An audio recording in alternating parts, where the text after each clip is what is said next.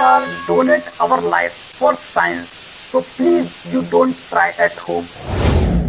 Hello guys, तो आज हम टूटे हुए लाइट बल्ब से सबसे ज़्यादा सस्ता पर सबसे ज़्यादा खतरनाक वाटर हीटर बनाने वाले हैं। इसे आप इमरजेंसी के समय इस्तेमाल कर सकते हो, लेकिन इस हीटर को मैं आपको रेगुलर यूज़ में लेने की सलाह बिल्कुल भी नहीं दूंगा, क्योंकि ये हीटर काफ़ी ज़्यादा खतरनाक है लेकिन काम करता है। इसे आप इमरजेंसी के समय इस्तेमाल कर सकते हो। तो चलिए वीडियो की शुरुआत करते हैं।